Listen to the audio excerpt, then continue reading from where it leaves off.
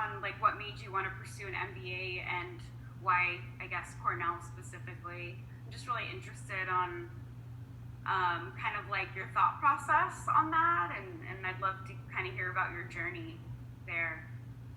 Yeah, I'm very thankful, and I'll say it was the best decision. I did not realize there was a global pandemic where we couldn't do anything for a year. So I've been taking classes on the weekends and doing work at night. So it's worked out perfectly because I couldn't have gone anywhere anyways. But for me, it was really about skills, and I knew I was lacking them coming from the military. I haven't spent 20 years, did a few years of personnel, was a drill sergeant for a few years, and then my last half of my career as a Green Beret. You know, I was an expert in unconventional warfare. I am a jump master to send people out of a perfectly good aircraft, but that doesn't translate to business.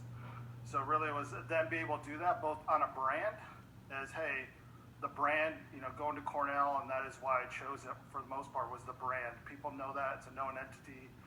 It kind of speaks for itself. And then gaining that knowledge of what is business, because I know how to make decisions. I've had to do it in the military, but what is business?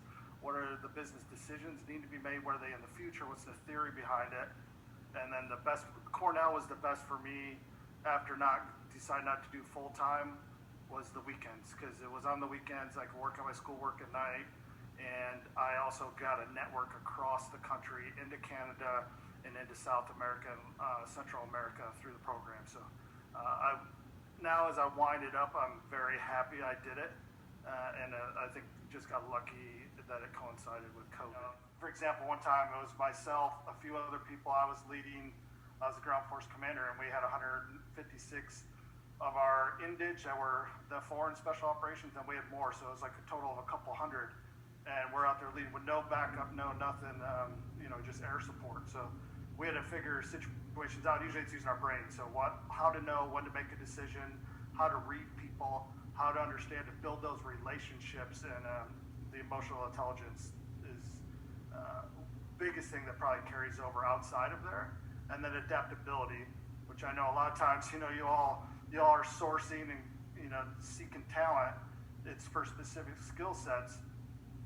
But one of the things the Green Beret brings is adaptability, because one day they may be briefing an ambassador, the next morning they're holding a shura and talking with village elders, and then that afternoon they're fighting their way out of a firefight, and the next morning they're doing a medical assessment or providing medical aid. So they just have to adapt, and it does carry over to business.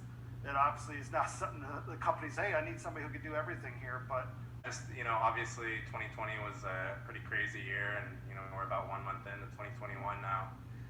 But, you know, I guess this is a two-part question. I'm just wondering, you know, for you, maybe you personally, and then, you know, for, you know, maybe professionals as a whole, what were some of like your biggest lessons that, you know, you learned either about yourself or, like I said, you know, other people? Really, who's going to be successful in a few years from now, from how they adapted and maximized this time and really thrived in it versus survived. And that's as a company. And there's many have. I know, like my company, Accenture, we've been hiring during this. And part of that is we work with the federal government, and the federal government didn't go away during this. But companies had to, you know, figure out a strategy that, hey, we used to be doing X, and some companies have totally had to change exactly what they're doing and start making a new product, whether it's a different widget, whether it was something for a protective thing, or even their services had to change. And they went from doing some type of professional services to a more medically COVID risk reducing service. So I think that's the big one, is that adaptability there, and companies adjusting there. And the ones, some haven't, quite frankly, some haven't, and some are surviving and others haven't. I think we know, especially with small businesses, have not survived. I was going to say, I love how you brought it back to that adaptability, just because I know 2008 was obviously different circumstances, but you know, a lot of companies went under then. So it was kind of the same thing, you know, you either adapt or, you know, find something new. And I know a lot of new companies came up during that 2007, 2008 time period, Uber being the first one that comes to mind. But a lot of successful companies came out of those, you know, really bad circumstances. So I think it'll be pretty exciting to see, you know, what maybe can come out of, you know, 2020 and see what we get out of it. Was, you know, obviously you're super passionate about, you know, technology and innovation. I'm just wondering, what are some of your thoughts on the areas of technology, that maybe you feel have the most promise or growth potential, whether it be 2021 or maybe, kind of how we said in the years after? Are there any specific ones you're looking at? Yeah, I think the easiest one, we just talked about the remote workforce, right? Companies working remotely, the benefits of that for them having less office space, but the downside is cyber, right? Yeah. We just had the SolarWinds attack.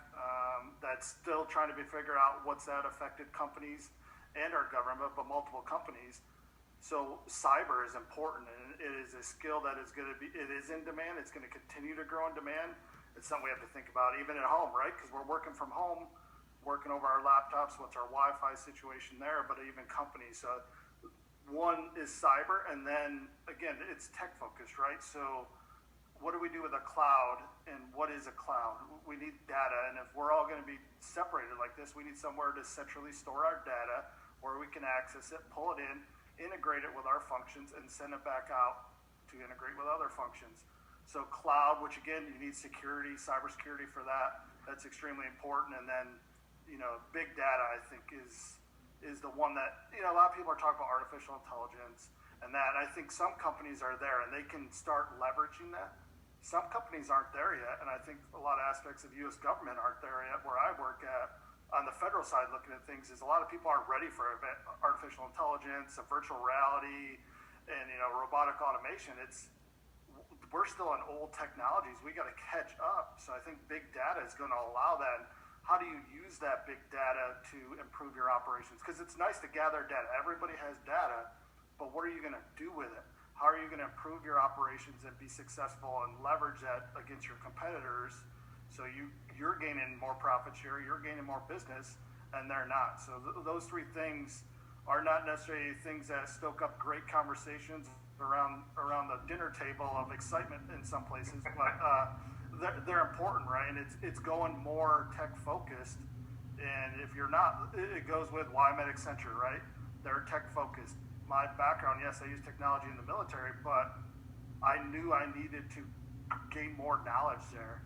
And yes, we talk about it in school and stuff, but actually applying and learning about it, that's been the biggest thing for me, is really picking up on the technology. Interesting too, because I know at least right when I was leaving the Army, which was recently, there's such a huge push, especially on that cybersecurity front, trying to get people interested into this career field and finding people qualified to get in this career field.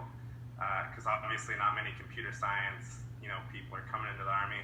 And then, even looking further beyond that, I know in terms of recruiting efforts, they're trying to put together this gaming team and, finding these ways of trying to connect with the younger generation and show them that computers is cool, and the Army wants you, in the Army. They want these young, computer geeks coming in.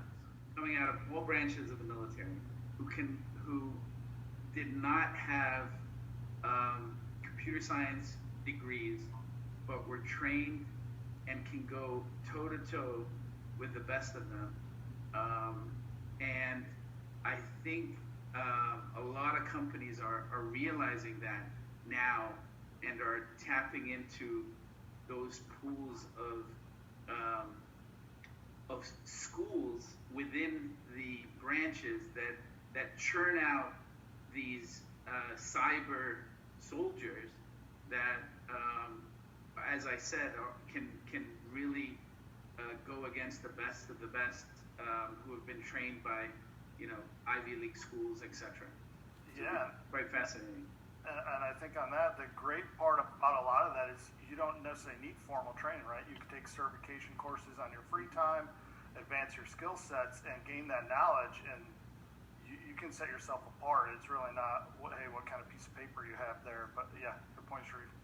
You think about Google, you think about Amazon. I'm not sure if Facebook, I'm sure Facebook does it. I'm just kind of making an assumption. But there's companies that have basically veteran departments, right? And they have these hiring initiatives to hire veterans at their organization. But what type of advice would you give to companies that don't have these veteran departments and they want to recruit veterans? What type of advice would you give in regards to how can they tap into that market? I love this question. So I actually do a little bit of this on the side, right? I talk with companies about, hey, how can you hire more veterans? Because a lot of people say that. I want to hire more veterans. We're going to hire 20,000 veterans, but what does that really mean? And then there's hiring, and then how do you get them in there and leverage their talent, but also get them into the company and the culture there? So I look at it, a couple of different ways, but really it starts with, are you veteran ready or veteran friendly? If you're veteran ready, there's a few things I'm going to discuss. Okay, if you're veteran friendly, you probably do a couple of things, but you're not there yet. And I mean, I don't think the company I work at, so I'll throw them under the bus. I don't think a lot of companies are doing it the best. So it isn't talking about anybody's company, but for me, it comes out right here. We have talent sourcers here, right? Recruiters in layman's speak. It starts there, right? And we have veteran recruiters right here who can then seek out other veterans, who can bring them in, maybe understand them a little bit more than what would hop off the piece of paper to a normal recruiter. So I think it starts there in recruiting, targeting the military folks, and not because we feel sorry for them, we just want to thank them. It's they're bringing talents that will help the company in the future and improve our profits, decrease our losses. And I think many companies are seeing it, and many institutions are seeing it. So at the recruiting, then there's onboarding. How do you get them into the company? I think that has to be a second component, is how do you onboard them and bring them in? Is it just like everybody else? I'm not saying they need different treatment, but if we're trying to maximize their talent that they're bringing in, which may not be apparent. I know one thing our company started doing I thought was great is you get paired with a veteran mentor. So that person you don't work with them, they're somewhere else, but you can go talk to them. They can help you understand stuff that, let's be frank, you may not know everything on day one like everybody else. You don't know, but you have a mentor you can go check in with, you can talk with, and guide you, and they have that program set up, and I think that's part of that onboarding is how do you a mentorship program to go forward. And then lastly, it's career development. How do you go from there? You onboarded them, you get them into the system, and then how do you keep them in the career and excel them? Because in many cases, veterans will, in general, a lot of times, once they get in a company, will elevate quickly and go in there because a lot of the intangibles they bring that aren't necessarily popping off the resume. But how do you do that? And I know a lot of companies have employee resource groups. Yeah. So you have a veteran employee resource group that is focused on veteran issues, but usually also a part of that is helping with, hey, here's what we need to talk about for career growth. You can network with other people that are senior to you or that are same level, that are junior, and work through that. I think if you hit those three things, the recruiting, the onboarding, and then the career development after that, I think you really maximize that, and really it's just the company's going to maximize their value out of that hire, and it's going to be a win-win for both. Okay, so we're all recruiters here, right? Recruiters, sourcers. So with your time in the military as well, of course you had to sign your name on that dotted line when you first enlisted back in the day. And then, as far as I'm sure that you getting out of the military, you having this Cornell, MBA, like you are, and then you being a consultant, like I'm sure that you have a lot of conversations with recruiters. So, so my question is, what differentiates a good recruiter and a bad recruiter? Like, what is some advice that you can give us so we can be able to kind of elevate our game? Applying for different roles, but if you apply for a role A, and maybe you aren't the right fit for role A, but if they can see that and maybe a conversation, be like, this person may not have the tech, but maybe they're good for over here in sales. Let me push them over there. Instead of just saying, the transactional of not good for this role, goodbye, I think, the ones that are out there identifying talent and like, I don't care, we need to get this person in the company. Let's talk to them, let's find a role for them.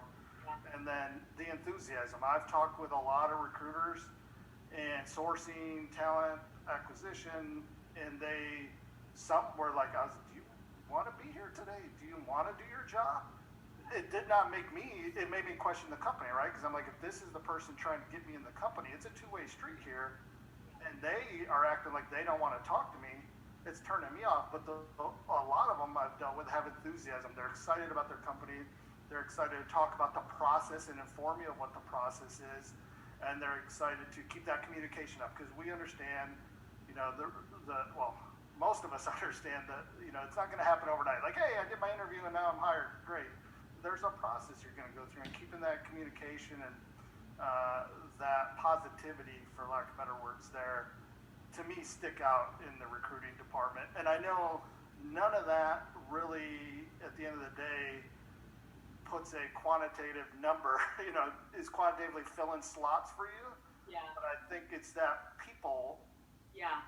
those skills like that really get people brought to you and want to come there and maybe be like, hey, I didn't work out for me, but hey, you should talk to Sasha. She was awesome. It didn't work out for me. Don't be afraid to ask for help. I come across a lot of even my peers, my friends, my family, and I'll offer to help them and they don't take it. And I'm genuine, with my offer, and I don't know what it is. Maybe it's pride, or we don't want to bother people. But I'd say, I notice that a lot with the veteran community is they don't really ask for help. We're so used to, doing things for the bigger picture, whether it's the mission or the team, that we don't really self-advocate. And so I think that's really important.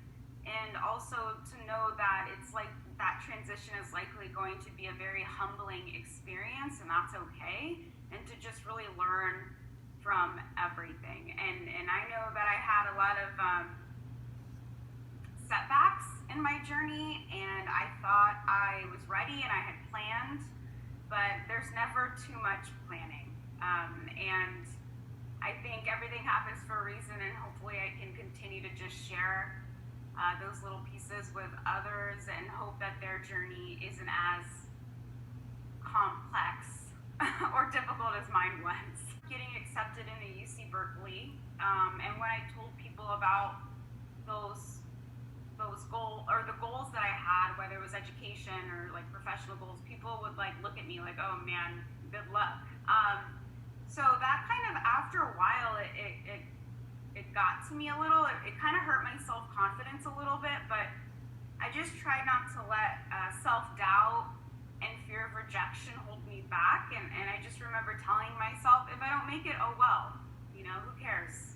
It doesn't matter. At least I tried. And it was the same thing for getting out of the military. When I was separating from the military, people were like, you're dumb, you have 10 years in, it's only 10 more years and you could retire. And I remember thinking 10 more years is a really long time, and I want to get out and at least try. And so what if I fail? And so I ended up doing everything I wanted to do, and it was really difficult, but I just had to keep pushing and not let my failures set me back or halt me in the path I was on, that I was on. I'll say too, network, and then do some more networking. That's how you're going to gain knowledge. That's how you'll find people like these talent sourcers right here, people in the companies, is networking. And then the second would be identify the skills you have and assess yourself honestly of what you're bringing to the table. And then where you want to get to, what skills do you need? Is it a certification? Is it a certain degree? Is it a certain experience of, I need to take this job so I can move up to get this second job? So identifying those skills that you have and then you're going to need, combined with networking, and smile along the way, and you'll be there. Great, thank you. John, what are your thoughts on that? You've had an interesting journey, so tell us, what advice do you have to share with folks? Well, I'd like to second what Herb said. Definitely, networking has been very key in my success. With you and other nonprofits as well. In the veteran area, but also just knowing that nothing is owed to you. Just because you've served, that doesn't mean somebody's just going to hand you something. You still have to go out there and you still have to grind day in and day out.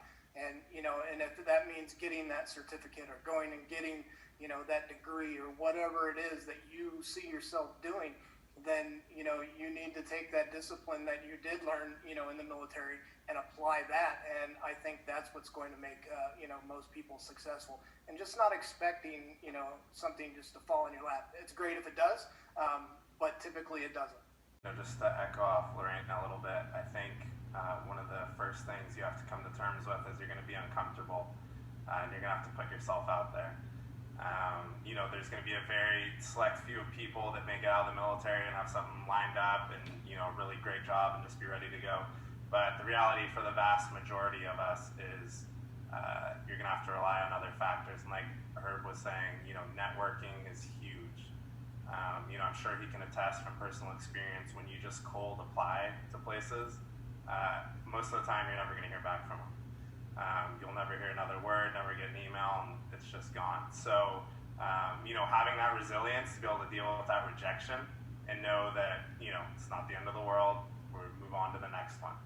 But having that networking function, to have, hey, I know so-and-so to go along with this job application, your chances of getting, a response rate go from 1% up to 50 or whatever. You have a lot better odds with that.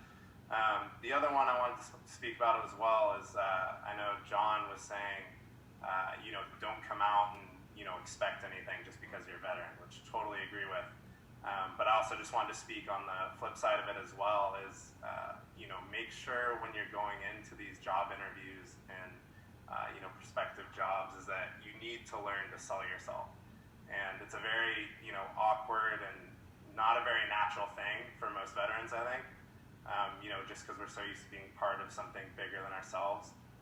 But once you're going for that new job, you need to be able to speak to why you personally are going to be a valuable asset to that company or that role or whatever. So getting comfortable with that is huge. That's really going to help, with that interview practice and, when you actually apply it in whatever interviews you may be in. And then the last one, which I think is also really important for a lot of people is, and I know I heard this a lot when I was transitioning out, is while you're still in, you are going to hear so much negative stuff, especially, from a lot of the older military members, guys who have, maybe hit their 20 years or getting close to that 20 years, your first sergeant, whatever. There's going to be a lot of people that are going to tell you, it's going to be rough out there. You don't know what you're doing. You're not going to be able to get a job. You're going to end up homeless. They're going to put a lot of that doubt in you. So having that self-belief and just letting, you got to know yourself. Like, I promise you, there are opportunities out there. They're not going to be handed to you, to John's point, but there are opportunities out there, and I promise if you go looking for it and, make yourself uncomfortable, you network, you put yourself out there, and you practice, you're going to find something. So when I see these young kids and I say, hey, are you even on LinkedIn? Like, that's where you need to be, put your phone down, put that down and go to LinkedIn and download that app. So I would say that is the biggest advice that I can give, and it has tremendously elevated me and just kind of because we all have these great, skills and experiences, but how are people going to find them? We don't do paper applications anymore, right? So it's like, put yourself on LinkedIn, update your profile, put everything on your profile. And that's how us recruiters, like, we search through LinkedIn and we search on keywords. So that's my biggest piece of advice. Funny, but it's true. But everybody in the military will get this. But don't be afraid to give your own self the knife hand.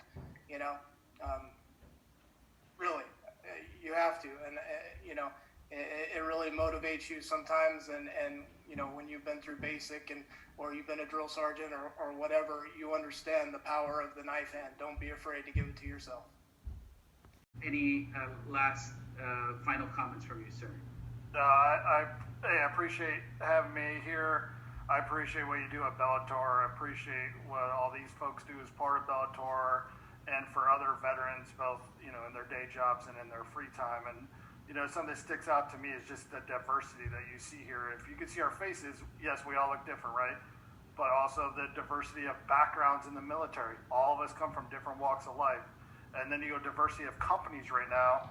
And these aren't no mom and pop, companies. These are serious companies with the people that, you're looking at who have busted their tail to get in there. So to me, this is an impressive group, and that's why I was looking forward to it, because this to me is what veteran transition done right looks like, is what you're seeing here. Not that it was all roses. Like Lorena said, we all had setbacks. We all had issues, and we all failed, quote unquote. But this is, and then, there's a lot that don't successfully, and we have some issues where we have to pick our brothers and sisters up and kind of check on them. So just reach out and talk to someone. That'd be my last thing. reach out, talk to a buddy, check on them, see how it's going. Maybe you'll end up, rekindling a relationship, having a friendship again. Maybe you'll save him or her, maybe they'll save you. And next thing you know, hey, maybe they got a job opportunity or something. You never know what'll happen. So just reach out. Don't be a stranger. Reach out.